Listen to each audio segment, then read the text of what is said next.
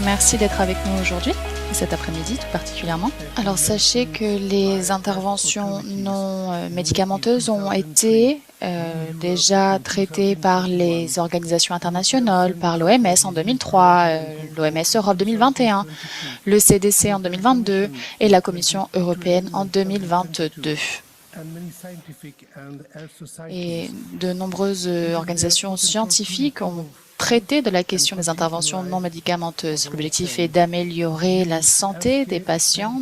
Nous avons pour objectif également ici avec ces INM de changer les comportements et de réduire les dépenses de santé. Les INM permettent d'améliorer la santé de manière générale et venir compléter également des solutions médicamenteuses, et ceci a eu des répercussions également positives sur les maladies connexes. Cependant, les fausses informations ont été lourdement partagées pendant la COVID-19 et c'est la raison pour laquelle il est très important aujourd'hui de fournir un nouvel outil pour les citoyens, pour les patients, pour les professionnels et pour les opérateurs du monde de la santé. L'objectif, c'est de pouvoir utiliser des protocoles personnalisés, basés sur des données probantes et des protocoles qui fassent sens. Nous souhaitons dès lors créer véritablement une chaîne de valeur européenne. Et c'est la raison pour laquelle nous avons travaillé sur un projet transdisciplinaire ici en France, participatif, interdisciplinaire comme je l'ai indiqué. Nous avons co-construit ce projet de référentiel NPI avec plus de 1000 patients et c'est un travail qui nous a permis de définir des paramètres spécifiques, des protocoles physiques, scientifiques pour les patients et les professionnels de la santé.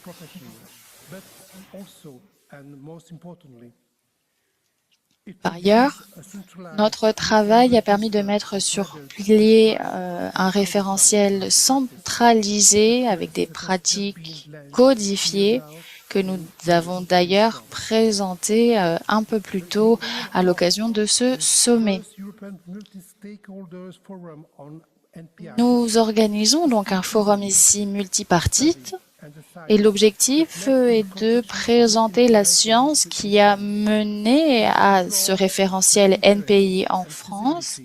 Nous souhaitons insister également sur le développement de ce registre au niveau européen. C'est également important pour nous de travailler sur une feuille de route pour pouvoir concrétiser ces protocoles sur le terrain. Nous devons également faire en sorte qu'il y ait des informations communiquées à tout un chacun, faire en sorte qu'il y ait formation, faire en sorte qu'il y ait de l'interopérabilité, etc. L'objectif de cette table ronde est de partager des idées, de revenir sur nos expériences, notamment dans la conception européenne et éventuellement internationale de cette chaîne de valeur NPI. C'est la raison pour laquelle nous nous réjouissons d'avoir pu réunir à l'occasion de cet événement le professeur Grégory Nino, le président du NPIS. Nous avons également Sabine Gourjon, qui est la directrice de la déontologie et en charge de la stratégie médicale du groupe Clariane. Nous avons également Madame la professeure Iveta Nagiova, la présidente de l'Association européenne de santé publique. Et nous comptons également sur la présence de Madame la professeure Linda Powell, présidente du département de médecine préventive de l'Université Rush de Chicago.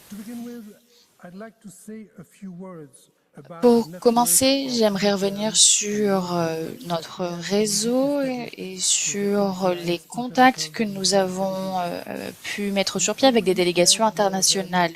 Nous comptons sur plus de 80 points de contact partout dans le monde, sur les 5 continents, en Europe, en Afrique, aux États-Unis, en Amérique du Nord, en Amérique du Sud, en Océanie, avec l'Australie et la Nouvelle-Zélande. Dans ce contexte, nous pouvons insister sur le concept du modèle NPI qui a pour objectif de dynamiser cette approche synergique dans le contexte des INM. C'est un réseau international qui inclut des chercheurs, des scientifiques, des professionnels du monde de la santé, qui sont parfois également des spécialistes, des praticiens. Nous avons des psychologues, des infirmiers, des orthophonistes, des kinés et plusieurs autres experts dans le domaine qui se spécialisent dans les INM. De nombreuses associations de soignants, d'aidants et de patients nous accompagnent dans cette approche et ils insistent sur l'importance de ces INM que nous devons aujourd'hui améliorer. Nous avons dans un premier temps avec cette table ronde la prise de parole de Monsieur Nino pour revenir sur la position de l'Union européenne et de la Commission européenne. J'aimerais partager avec vous, mesdames, messieurs, une lettre que nous avons envoyée il y a 4-5 ans. Nous travaillons avec Dr Bicher, qui est responsable de la délégation de la direction santé au niveau de la Commission européenne. Nous avons insisté sur le besoin d'améliorer la recherche sur les INM. Voilà la réponse. Dans un premier temps, les INM sont perçus comme des médecines alternatives et complémentaires. Elles sont également des médecines traditionnelles. Ça, c'est la réponse que j'ai reçue. Et en fait, pas du tout. Non, c'est une véritable erreur qui a été commise. Deuxième argument ici dans la lettre, ils se sont intéressés uniquement à la question des médicaments et des dispositifs médicaux.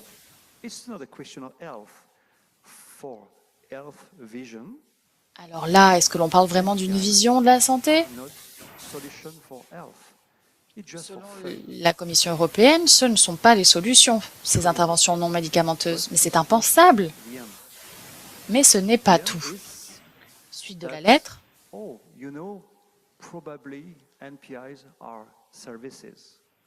a dit que les INM étaient des services. Et dans ce cas-là, ce sont uniquement les États qui doivent fournir les services de santé et non pas l'Europe. Encore une fois, est-ce que vous vous moquez de nous ? Les services sont importants dans le cadre de la santé, bien sûr, et c'est la raison pour laquelle vous êtes ici aujourd'hui avec nous à 17 heures. Pour autant, il faut changer la manière de penser l'Europe, le rôle de l'Europe, et Iveta, en tant que président de l'EFA, c'est un point important sur lequel j'aimerais insister. Tout de même, repensons à un moment horrible dans notre histoire, la Covid-19. En effet, la pandémie a contraint l'Europe à écrire trois rapports très importants. En effet, ils se sont rendus compte que nous avions besoin, oui, de produits, que nous avions besoin de médicaments et d'opérations chirurgicales, mais à quoi s'ajouter un besoin de services. Alors oui, c'est l'occasion donc maintenant de repenser la manière dont les politiques et les régulateurs perçoivent les INM. C'est la raison pour laquelle nous avons créé cet événement. Par conséquent, partager nos points de vue lorsque l'on parle de services, revenir sur la manière dont nous pouvons améliorer et anticiper la santé des individus. Voilà, c'en est tout pour moi. En tout cas, merci beaucoup, merci d'être avec nous.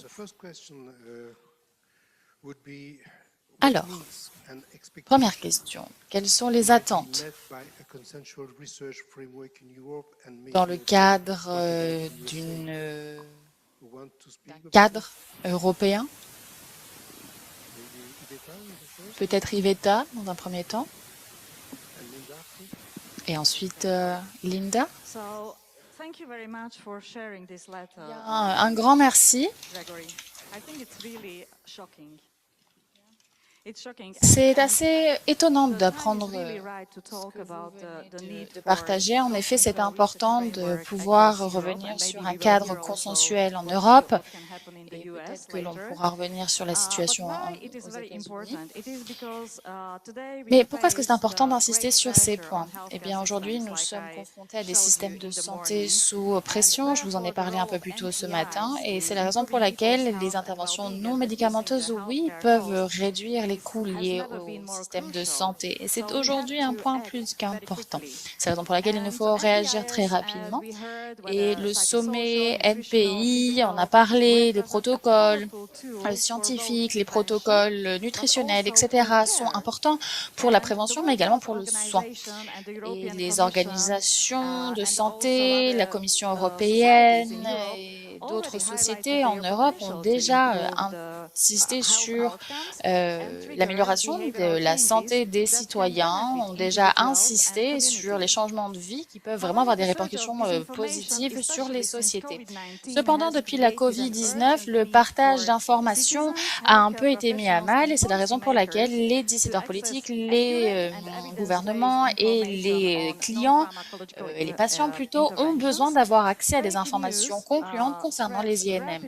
C'est vrai que les fausses informations sont rapidement partagées en ligne et ceci a eu des répercussions négatives sur les approches INM. Nous en avons entendu parler, les patients ont encore l'impression que ces INM sont des solutions alternatives issues de la médecine traditionnelle. Ce n'est pas le cas. Bien sûr, les INM sont basées sur les données probantes et elles fonctionnent. C'est la raison pour laquelle nous avons vraiment besoin de ce cadre européen pour les INM. C'est essentiel et essentiel. La société NPI a réussi à abattre un travail monstre en France avec le déploiement d'un cadre qui veut standardiser, codifier et étiqueter, labelliser les INM sur la base de données probantes. Les citoyens et les opérateurs de la santé ont les outils nécessaires pour prendre des décisions informées, éclairées sur la base d'informations concluantes. Cependant, ce sont des points de départ et il nous faut continuer à travailler sur ces points partout en Europe. Il nous faut également des approches transparentes en Europe et cette approche européenne permettra également de mettre sur pied des cadres d'interopérabilité. Ce sont ici des standards qui nous permettent de mettre sur pied des recherches, qui nous permettent de former également les professionnels de la santé. Par ailleurs, on a également des solutions qui sont beaucoup plus faciles à suivre. Les patients ont davantage confiance également dans le cadre des INM, notamment lorsqu'il y a une structure beaucoup plus officielle et plus claire.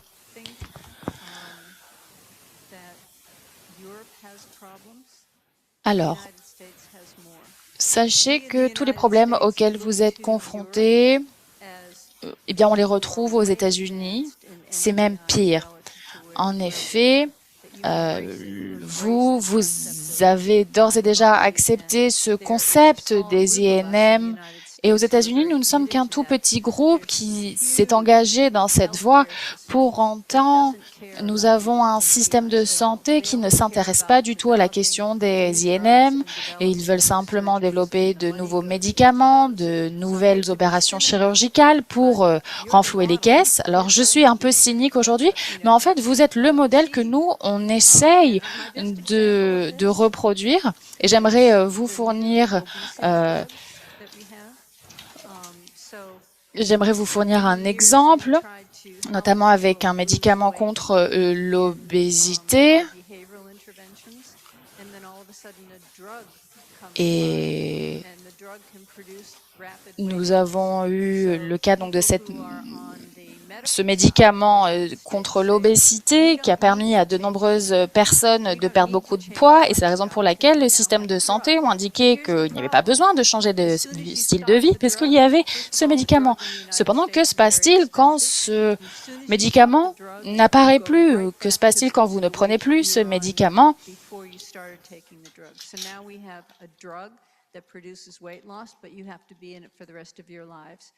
Comme je vous le disais, il y a ces médicaments. Ces médicaments, malheureusement, vous êtes obligé de les prendre tout le long de votre vie. Et c'est la raison pour laquelle il nous faut avoir des INM bien plus stables, des interventions qui soient bien plus concluantes, que l'on puisse passer à l'échelle. Et ce sont des choses qui doivent être durables également sur le long cours. Je suis vraiment convaincue que l'un des problèmes auxquels nous sommes confrontés et qu'on peut solutionner, c'est la formation. On peut former les jeunes.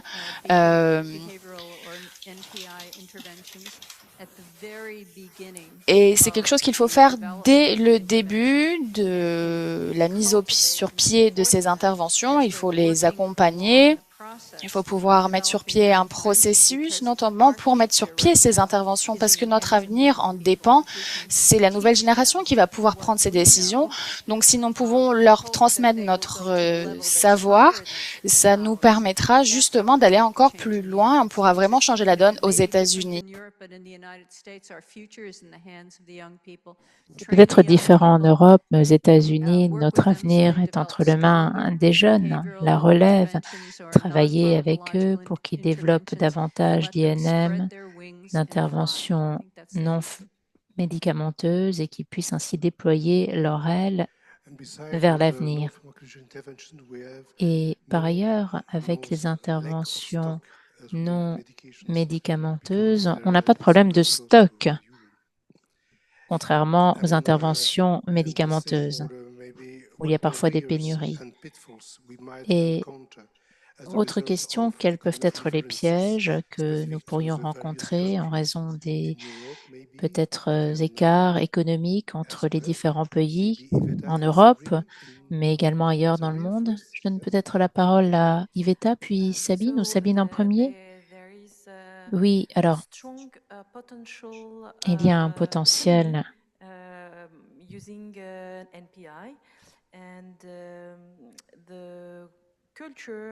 dans l'utilisation des INM, et la culture et l'approche par rapport aux INM divergent beaucoup d'un pays à l'autre. D'abord en raison de la formation initiale du personnel soignant, et on a déjà dit que c'était la base. Si l'on souhaitait que davantage d'INM soient utilisés, il fallait former davantage le personnel soignant dès le début de leur formation, ce qui signifie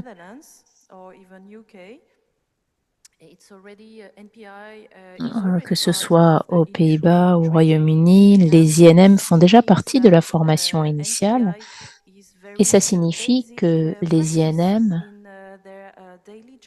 eh bien, ça fait partie de leur pratique quotidienne, ce qui est très positif. Et ça signifie également que les autres acteurs impliqués savent fort bien ce que sont les INM et quels sont les avantages de ces interventions-là.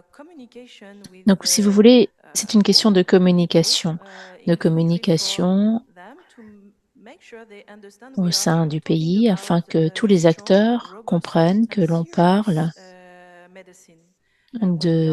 d'interventions qui sont robustes, solides et sérieuses lorsque l'on parle d'INM.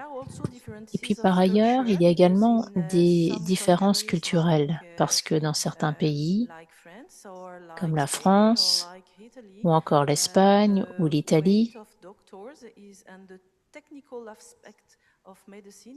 les aspects techniques de la médecine sont plus forts que dans d'autres pays. Donc même si l'on sait que des économies conséquentes peuvent être réalisées en utilisant davantage d'INM, avec de la prévention, par exemple, ou dès lors qu'un diagnostic précoce est posé, on peut également réduire les répercussions d'une maladie. Nous savons que d'énormes économies pourront être faites grâce à ces INM.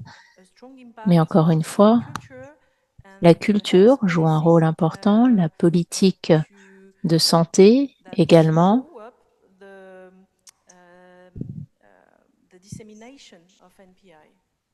et tout cela ralentit la diffusion des INM. Je ne sais pas si je répondais à votre question. Moi, je peux peut-être poursuivre. Oui, en tout cas, c'était très intéressant. Oui, moi, j'y réfléchissais également quels pouvaient être les avantages des INM. Et selon moi, les solutions novatrices pour le fardeau de plus en plus lourd, des coûts de santé, des frais de santé et puis les systèmes de santé qui sont totalement débordés, eh bien, les INM proposent une solution. Et actuellement, il est évident que l'approche traditionnelle qui se fonde sur des traitements pharmacologiques ou médicamenteux, eh bien, ça ne suffit pas et nous n'aurons tout simplement pas les moyens d'offrir suffisamment de médicaments et de traitements médicamenteux à chacun. Linda a évoqué un médicament contre l'obésité, mais à part le fait que les gens rechutent, il y a également des effets secondaires. Cela pose des difficultés pour le système immunitaire. Ça peut provoquer des troubles mentaux. Certaines personnes ne le supportent pas. But what can happen, what we can do is that by reducing the incidence and progression of chronic diseases Alors, que while we peut-on faire implement pour effective réduire la series of prévalence des non-pharmacological maladies interventions, it will chroniques help also to lower tout en hospital admissions, réduisant les complications, interventions and need for médicamenteuses? On va également hospitalizations. pouvoir So from baisser the le nombre economic d'admissions à standpoint, l'hôpital. prevention is Et far puis, ce less type de expensive coût, than donc si vous treatment. voulez, la And I prévention, still ça don't coûte understand beaucoup moins why cher que les people in the traitements. European Et je ne Commission sais don't toujours pas understand pourquoi it, les why they are not personnes supporting de la more Commission projects européenne ne comprennent pas cela, ne dealing comprennent with toujours pas prevention. cela And et also n'appuient pas studies plus have shown that de investing projets in qui concernent NPIs la can deliver prévention. a Et on a vu significant return qu'investir dans on les INM, investment. ça peut The apporter European beaucoup de Commission retours and sur WHO has investissement. already La highlighted Commission the européenne et potential of l'OMS NPI, ont but déjà mis still, en avant le somehow it is not potentiel happening. des So INM, mais en fait, what is ils interesting ne about transforment NPIs pas is l'essai. Alors, ce qui est also intéressant avec les the INM, support c'est and shift aussi toward le value-based care. soutien pour And passer the literature à des soins emphasizes patient fondés sur la outcomes, valeur, patient in the c'est-à-dire qu'en center, fait, on and also the insiste cost sur le fait que le effectiveness. patient doit And by être au integrating into centre standard et que healthcare ce soit protocols, by efficace d'un integrating point de vue NPIs coût. into standard healthcare Et protocols, we can il faut, optimize si l'on souhaite the intégrer reallocation les of the INM dans les resources, protocoles de ensuring that santé both standards, eh bien, il financial faut and faire en human sorte que resources are les directed ressources towards financières et non-pharmacological interventions that humaines deliver the soient highest impact. utilisées pour des The INM qui ont le plus economic grand impact benefits go possible. Mais les beyond healthcare avantages system économiques vont because healthy par-delà les systèmes de populations are santé more parce que des productive populations populations, en are meilleure relatively santé sont des resilient or reliant on populations social plus support productives, and lead to elles more dépendent moins resilient des aides workforce. sociales So et cela if we mène want à to une achieve main-d'œuvre this, plus again, we résiliente. Donc, need si on souhaite obtenir coordinated cela, encore action une fois, il nous across faut une Europe action coordinée dans and a toute l'Europe, standardized coordonnée dans toute l'Europe, evidence-based framework et like the puis un NPI cadre statistical can normalisé help to scale these interventions comme countrywide. So le this is my view ce que on vous proposez economic peut nous aider benefits tout of the à fait NPIs. à aller en ce sens. Donc voilà ce que je pense des avantages économiques des INM. Merci. Oui, alors le problème, c'est que nous sommes dans une société qui prône plutôt l'efficacité sur le court terme. Et donc, peut-être que cela révolutionne ces idées-là, mais je crois que la recherche de Linda qu'elle a présentée ce matin montre que parfois, on, on essaye aussi parce que nous sommes des chercheurs, nous essayons de publier, mais en fait, moi, ce que j'ai apprécié, c'est que plutôt que de publier des choses sur des effets immédiats, vous vous concentrez sur les effets sur le long cours. Oui, et puis il y a également la participation active des patients et des personnels soignants. Oui, alors écoutez, on peut avoir un effet à très court terme en termes d'économie avec les INM. La question est plutôt de savoir est-ce que nos gouvernements ont envie d'aller en ce sens. Si l'on regarde les activités physiques, par exemple, nous savons que les résultats peuvent être quasi immédiats pour lutter contre la dépression, après un cancer ou pour les personnes âgées. Et c'est quelque chose qui réduirait le nombre de chutes, la durée des hospitalisations, et en un an, on pourra avoir des effets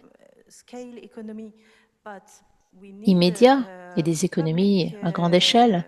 Mais pour cela, il nous faut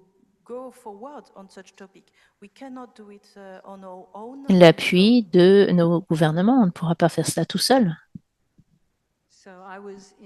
Oui, vous savez, j'étais dans un Apple Store il y a peut-être 2 ans et j'ai commencé à discuter avec la personne qui me servait. Elle m'a demandé qu'est-ce que vous faites et j'ai dit moi je travaille en médecine comportementale, j'essaye d'aider les personnes à optimiser leur mode de vie afin de prévenir le développement de différents types de maladies chroniques. Et il m'a dit très bien, c'est quoi la recette magique? Qu'est-ce que je peux faire pour avoir un mode de vie plus sain? Et je lui ai dit l'activité physique. Parce que c'est vrai, l'activité physique, il y a tout, c'est-à-dire si on pouvait simplement inciter les individus à bouger davantage, eh bien cela a des effets équivalents aux antidépresseurs, ça a des effets bénéfiques pour toutes les maladies chroniques. Donc pourquoi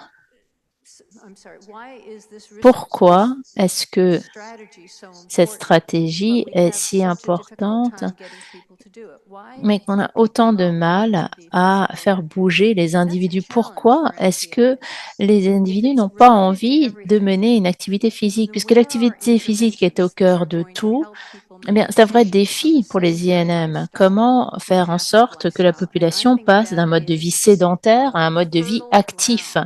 Et ça, je pense que c'est un terrain fertile pour que les INM arrivent vraiment à se déployer. Il faut qu'on réfléchisse à la manière dont l'activité physique pourrait être plus attrayante pour la population. Et je pense que nous avons vendu au public un ensemble de biens qui n'est pas équitable, qui n'est pas juste, parce que en fait, on a fait penser au public que l'activité physique, c'était se priver, c'était difficile. Mais en fait, si vous faites une activité physique régulièrement, vous allez vous rendre compte du fait que vous serez de meilleure humeur, que ça va tout jouer sur votre humeur, que vous allez avoir de meilleures perspectives dans la vie. Pourquoi est-ce qu'on n'arrive pas à faire bouger la société? Et je pense qu'une société comme celle-ci et la société américaine, finalement, doit essayer de trouver une solution à ce problème-là, parce que si on ne trouve pas une solution au dilemme de l'activité physique, eh bien, ils vont mettre au point un médicament pour ça.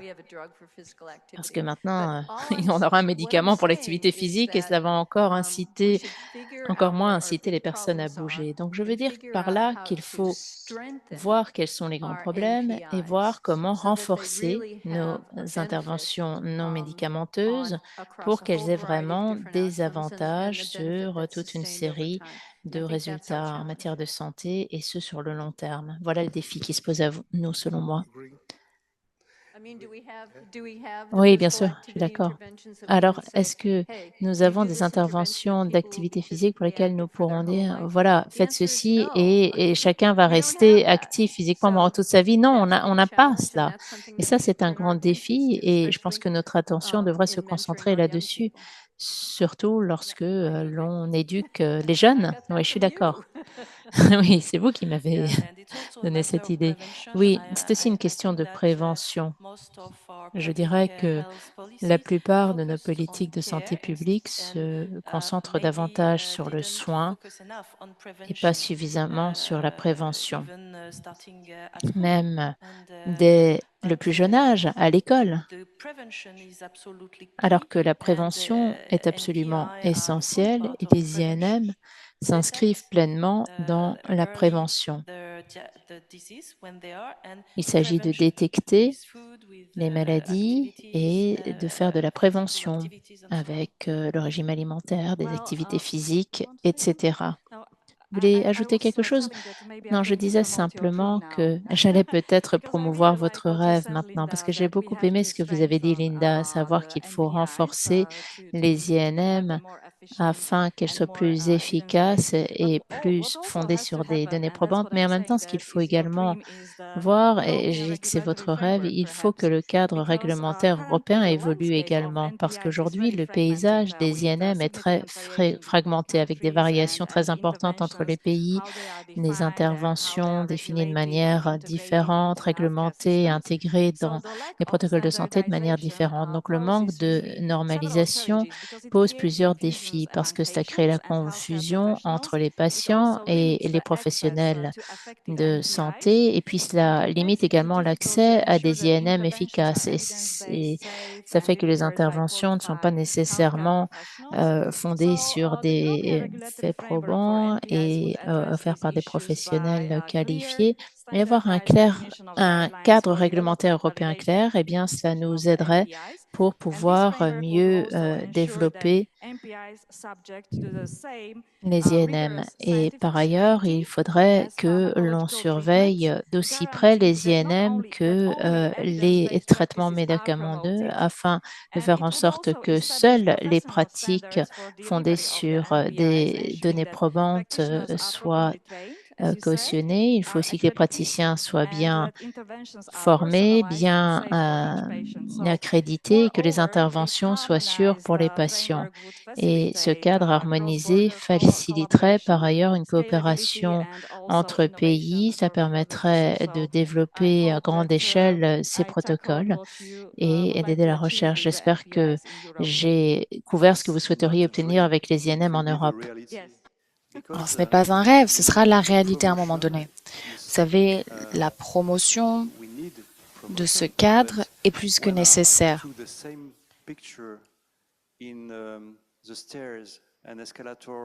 Vous savez, vous avez parlé de ces histoires d'escalateurs, d'escaliers. Moi, j'ai une histoire similaire à Paris.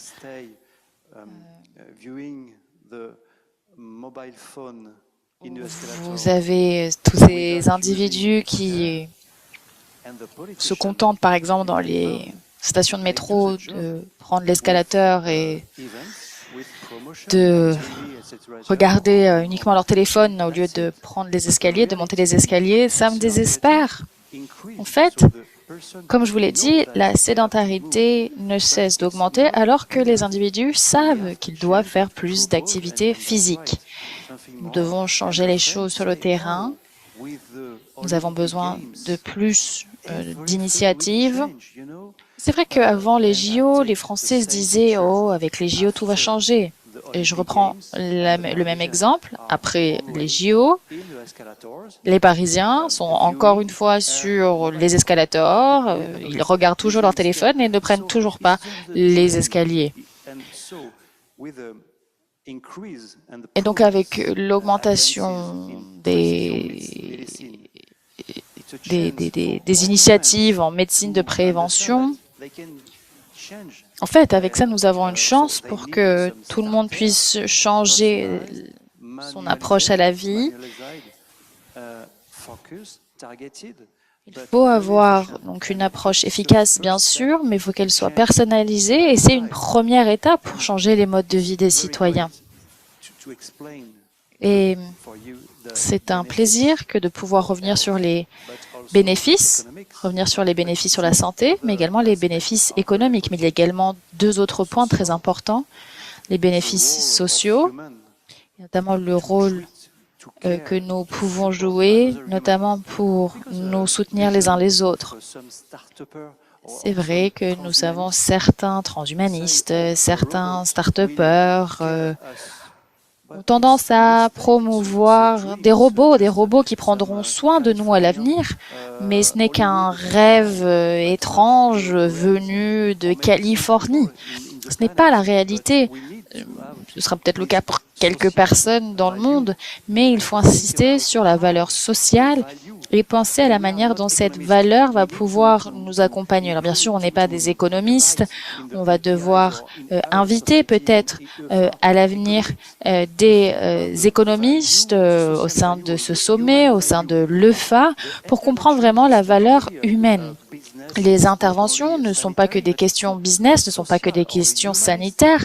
Il y a un pan social, il y a un pan humaniste très important. Je ne sais pas comment on va pouvoir mesurer ça, je ne suis pas économiste moi-même, mais je suis sûre que ceci a une valeur ajoutée dans le cadre de cette chaîne. Ensuite, nous avons également des bénéfices environnementaux. Alors oui, on a parlé de robots, de machines qui viennent d'un peu partout, mais qu'en est-il du coût? Les coûts sont très importants. Par exemple, dans certains pays, en France, oui, à Paris, mais vous avez de toutes petites villes. Il n'y a pas que Paris en France. Et parfois, il va vous falloir conduire pendant 2 heures pour aller voir un médecin. Ceci va émettre des émissions de CO2. Ça, c'est également un problème. Donc, les hommes et les femmes politiques, les régulateurs, les économistes doivent trouver une solution pour mesurer la valeur des bénéfices environnementaux liés aux INM. Que ce soit à Košice, que ce soit à Chicago, que ce soit à Paris, il faut comprendre les répercussions environnementales. Alors, bien sûr, c'est important en matière de prévention, mais c'est également important lorsque vous êtes malade. Je sais que nous avons avec nous des gens de l'association Parkinson. Nous avons des gens qui ont été sportifs toute leur vie et qui ont fait des triathlons pendant de nombreuses années. Et on sait que lorsque vous êtes malade, lorsque l'on sait que vous êtes atteint de Parkinson, par exemple, l'activité physique peut vraiment vous accompagner, peut avoir les mêmes effets qu'un traitement, on va dire, classique. Donc il faut faire comprendre à la population, aux hommes et aux femmes politiques, qu'il existe bel et bien des bénéfices liés aux interventions non médicamenteuses. Vous avez également insisté sur l'importance de la relation humaine et vous avez entièrement raison. C'est important dans le cadre de ces INM. Et c'est vrai qu'aujourd'hui, c'est difficile de mesurer les répercussions économiques de ces relations humaines. Je ne sais pas du tout comment on pourrait mesurer cet impact, mais pour autant, c'est important. C'est vrai que oui, quelqu'un seul, avec ses médicaments, ne pourra pas améliorer sa santé de la même manière que d'autres personnes qui sont accompagnées, oui, par des médicaments, mais qui sont soutenues par des relations humaines, par des INM. J'aime beaucoup cette approche. Vous savez, les pays nordiques sont bien en avance sur nous. Ils promeuvent également cette économie du bien-être. On ne parle pas uniquement de rentabilité, on parle également du bien-être des citoyens. On veut faire en sorte que les individus se sentent mieux. Oui, en fait, la qualité de la vie, c'est vraiment le maître mot. Je pense que le monde a grandement changé. En effet, nous parlons de l'importance des influences sociales sur le comportement des individus. Et honnêtement, je n'aurais jamais pensé que l'on puisse avoir une intervention efficace sur Zoom avant la pandémie. Honnêtement, je n'aurais jamais pensé que ceci serait possible. J'ai toujours dit que lorsque les individus se rencontrent en personne, ils arrivent vraiment à échanger davantage. C'est plus facile de créer du lien. Or, depuis la pandémie, j'ai vu quelque chose de complètement différent. Les barrières sont tombées et je vois des individus qui arrivent vraiment à créer du lien en ligne. Par conséquent, le déploiement d'un réseau social avec des individus partout dans un pays donné ou même des individus qui ne sont pas dans les mêmes pays, ça c'est quelque chose qui est envisageable pour nous. On peut parler ici d'interventions qui sont plus faciles à adapter, que l'on peut passer à l'échelle. et faire en sorte que ces interventions soient des choses plus disponibles pour nous.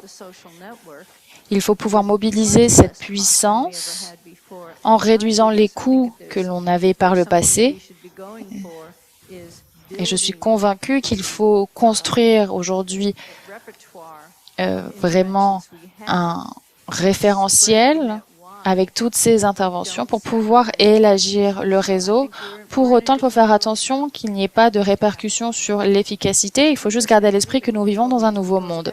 Ce qui est intéressant avec la COVID, c'est que nous avons eu un changement de paradigme et c'est ce que nous avons vu. Il faut pouvoir utiliser cet élan. C'est vrai que cet élan ne sera pas là pour toujours. Et la semaine dernière, d'ailleurs, j'ai écouté un scientifique et qui indiquait que ce n'était pas une science spatiale, mais que c'était une science comportementale et que c'était d'ailleurs plus compliqué que la science spatiale. Donc c'est bon, une petite parenthèse ici, une petite blague, mais c'est important d'intervenir vraiment dans le cadre du déploiement de ces INM.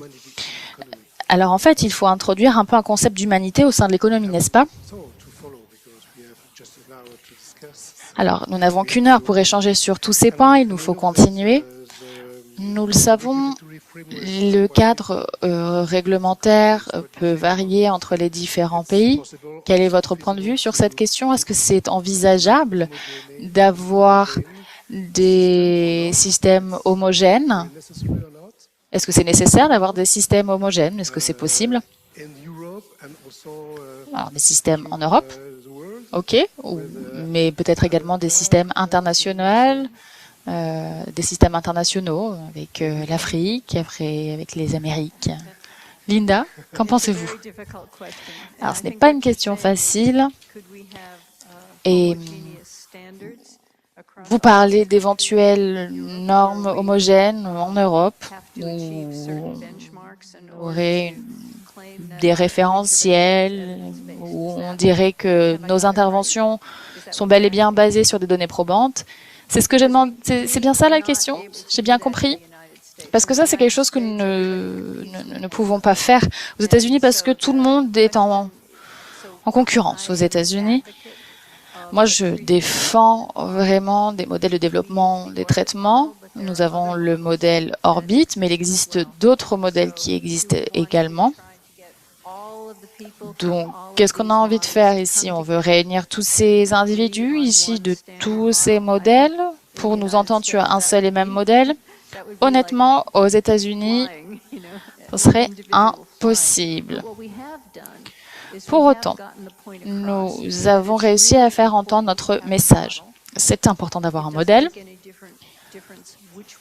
Peu importe le modèle que vous utilisez, mais il faut avoir un modèle. Donc, il faut avoir un peu une approche différente ici en repensant notre tendance à toujours vouloir être en concurrence les uns avec les autres. Par ailleurs, c'est vrai que la plupart de nos jeunes chercheurs tentent d'être financés. C'est comme ça qu'ils peuvent faire avancer leur carrière. C'est important dans le cadre de leur recherche. Cependant, au niveau de l'Institut national de santé, les jeunes chercheurs demandent des modèles de développement d'intervention dans le cadre de ces bourses.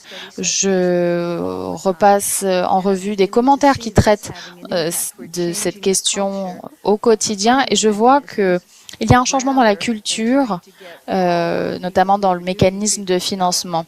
Cependant, je pense qu'il faudrait réunir davantage en fait, ces individus et faire en sorte que tout le monde soit sur la même page.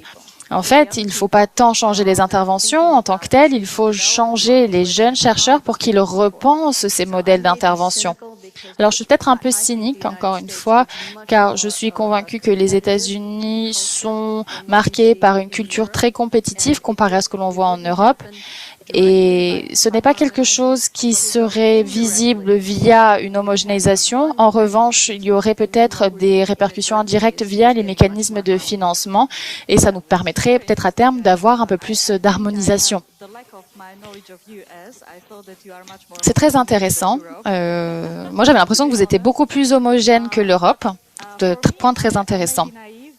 Alors, je suis peut-être naïve, mais je pense que c'est faisable en Europe, notamment avec le dernier projet sur les données, en termes d'interopérabilité des données, euh, notamment comment les pays peuvent utiliser toutes ces données médicales. Moi, je ne sais pas, Sabine, qu'est-ce que vous en pensez? Vous avez travaillé dans plusieurs pays. Je vous remplace Monsieur Franco en tant que modérateur, mais je voudrais savoir ce qu'en pense Sabine. Je pense qu'on n'a pas besoin d'une seule norme. Ce qui est important, c'est de rester de la médecine qui soit fondée sur des données probantes,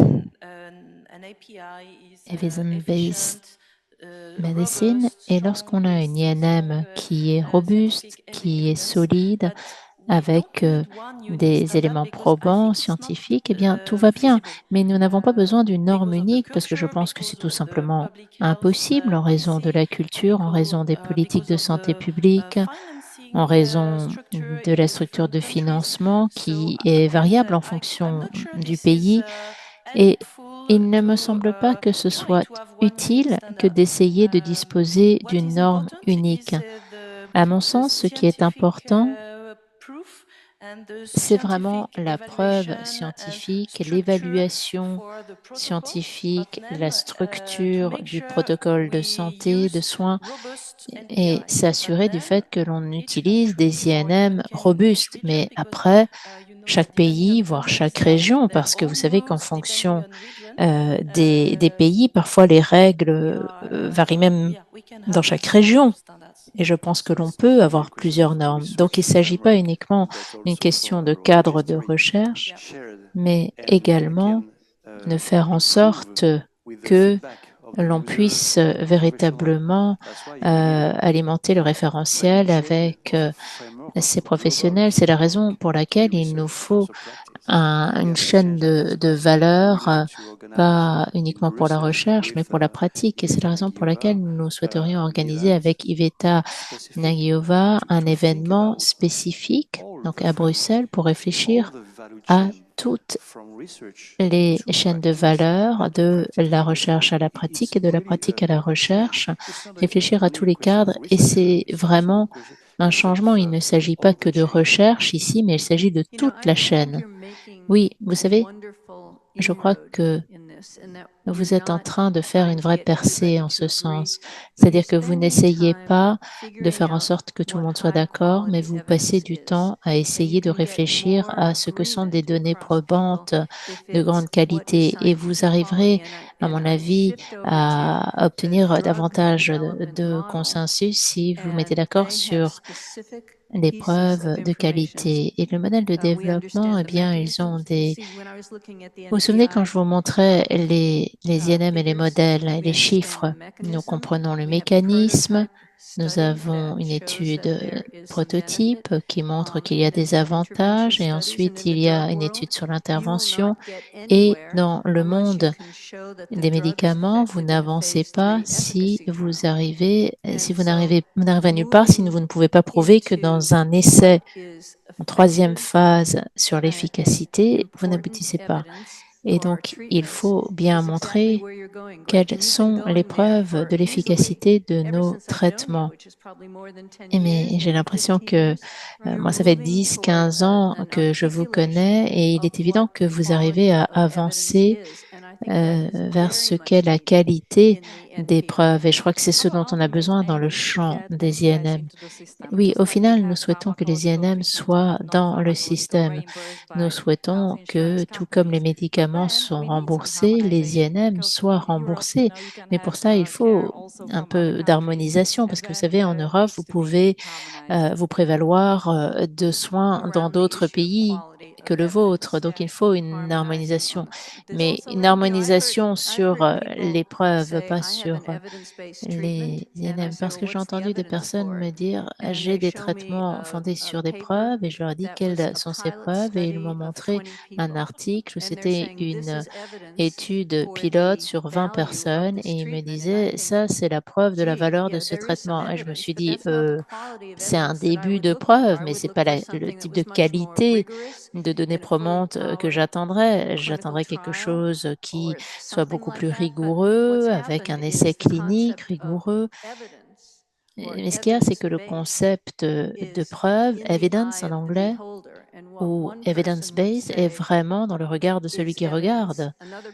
Certains diraient, ça c'est une preuve, une autre dirait, tu plaisantes ou quoi? Ce n'est pas du tout le type de preuve que je recherche. Et ce qui me plaît, c'est ce que vous faites, Greg, c'est-à-dire que vous êtes en train de décliner ce que nous cherchons justement, à savoir le fait que les traitements doivent être vraiment fondés sur des preuves de qualité. Et vraiment, chapeau bas à vous de faire ça. Ce n'est pas nous qui faisons ça. Vous êtes également, vous êtes également dans le même bateau.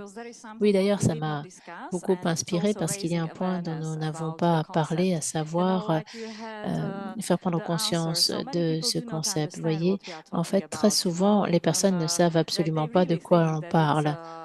Même dans notre entourage, ils pensent que l'on parle de médecine alternative ou que sais-je encore.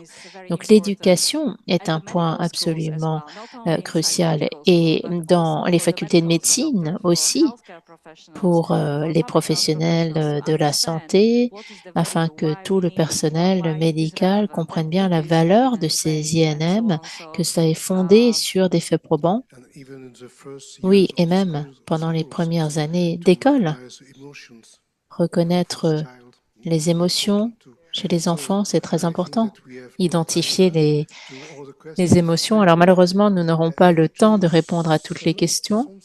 Est-ce que vous souhaitez peut-être essayer de synthétiser? Non, il y a peut-être un dernier point que je voudrais ajouter, j'ai oublié de le dire, et c'est lié au fait de rechercher des preuves. J'ai participé au travail sur la résolution sur les connaissances comportementales et culturelles et le cadre d'action aux Nations Unies. Je ne sais pas comment ça se passe aux États-Unis, mais en Europe, il y a beaucoup de différences entre les pays. Au Royaume-Uni ou en France, on sait ce que sont les connaissances culturelles ou les connaissances comportementales, mais dans des pays comme la Slovaquie, personne n'en a jamais entendu parler, même au sein du gouvernement. Donc, il faut éduquer nos responsables politiques. Donc, nous avons utilisé un outil de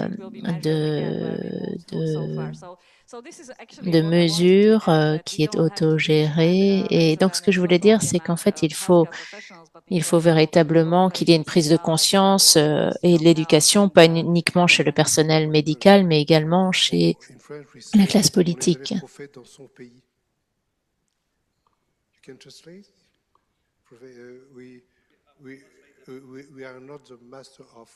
En France, on dit que nous ne sommes jamais prophètes on n'est jamais prophète en son propre pays.